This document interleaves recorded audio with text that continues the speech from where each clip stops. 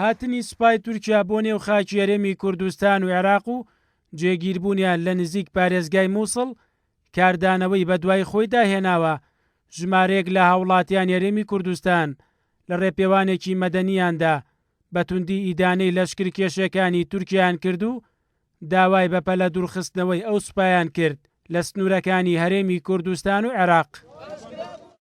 چۆن دەتوانێت قبوڵێکی دەسەڵاتێکی بێگانەوە باشکرا هاتۆتە نێو خاکەکە دوو خاکەکە لێرزەوت دەکا خاکە داگی دەکات بە بیانی و لێدانی داعش داوا لە هەموو بەرپرسەکانەکەین بە زووترین کاتە ویەسی تورکیا لە کوردستان بکشێنەوە. ئێمە هیچ قبوڵی ناکەین لە خاکەکەمانە جێگیر ببن. داوا لە هەموو خەڵکی باشووری کوردستان داوا لە هەموو لایەنە سیاسیەکانەکەین کە بچیتر بێدەنگ نەبن لە سەبارەت بە داگیرکردنی خاکی کوردستان.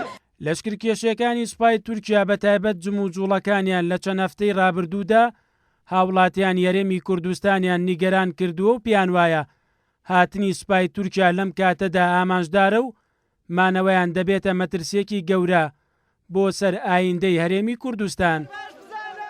دەوڵەتی تورکیا تەناوتەنها بۆ داگیرکردنی کوردستان و شەڕکردن لەگەڵ گەلی کورد و زیندووکردنەوەی ویلایەتی مووسڵ هاتووە.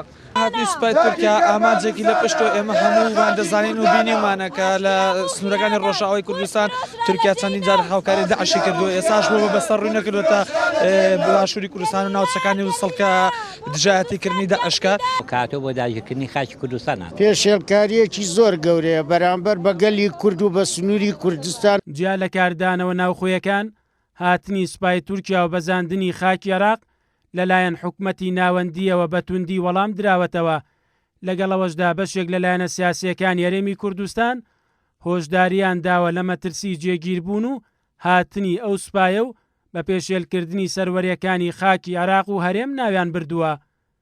مەریوانە بڵا، کورتسات نیوز، سلێمانی.